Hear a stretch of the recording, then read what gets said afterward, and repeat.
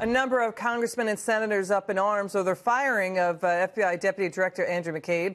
It was a recommendation from the FBI's own Office of Professional Responsibility that said, yes, fire him. Republican Congressman Trey Gowdy reminding everyone it was McCabe's fault. Oh, Andy McCabe has undercut his credibility all by himself.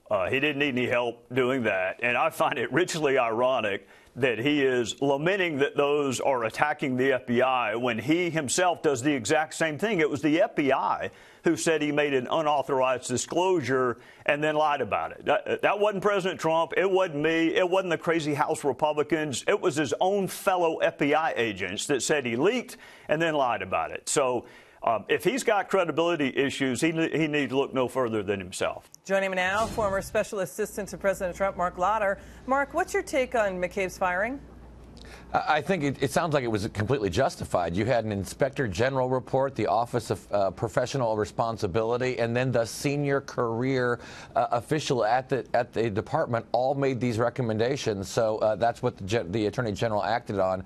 And I think what we're seeing right now is a case of many of the Democrats and some of their friends in the mainstream media are trying to have it both ways. When someone pleads guilty to lying to investigators, if they're on the Republican side, it's breaking news and it's proof that something is amiss, except when someone is accused of doing the same thing to federal officials on the other side, well, then they're just trying to play Crimea River. So they can't have it both ways. Yeah, people go to prison for misleading the FBI. I mean, McCabe is accused of misleading Justice Department investigators about his leaking of sensitive information to a Wall Street Journal reporter about the FBI's investigation of pay-to-play at the Clinton Foundation while Hillary Clinton was Secretary of State. McCabe now says, Mark, that he had authority to, quote, share that information with the media, and Director James Comey knew about that. But, Mark, the issue is really covering up the leak, right? So is there anything wrong with the way he was fired?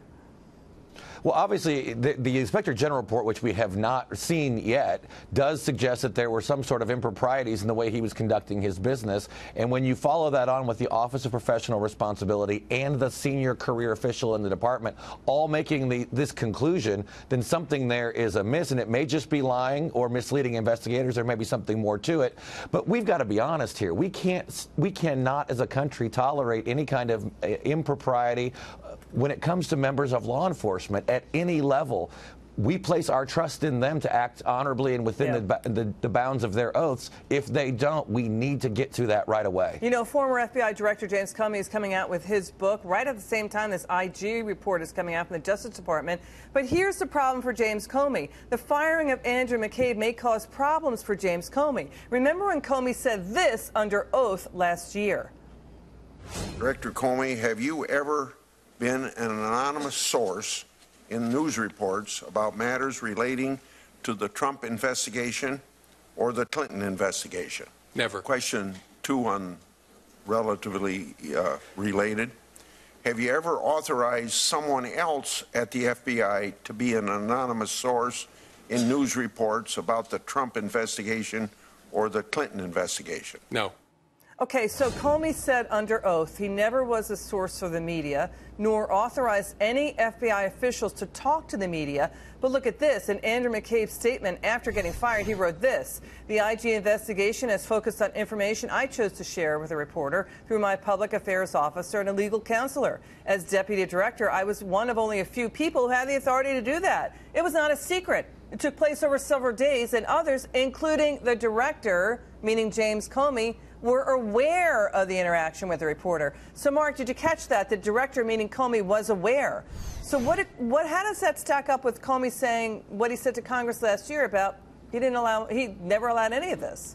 Clearly, they've got contradicting stories, and I think this is why so many Republicans are saying we need another special investigator to look at the way the FBI has conducted itself in a very small group at the highest levels. We cannot have these inconsistencies. If partisanship, if things were taking place in the Clinton investigation that was not above board, that was not consistent with their oath, then we need to look into it. And right now, as you pointed out, we see it happening where they are contradicting each other of who said what and when. Marc Lotter, great to see you. Thanks for coming on. Thanks, Liz.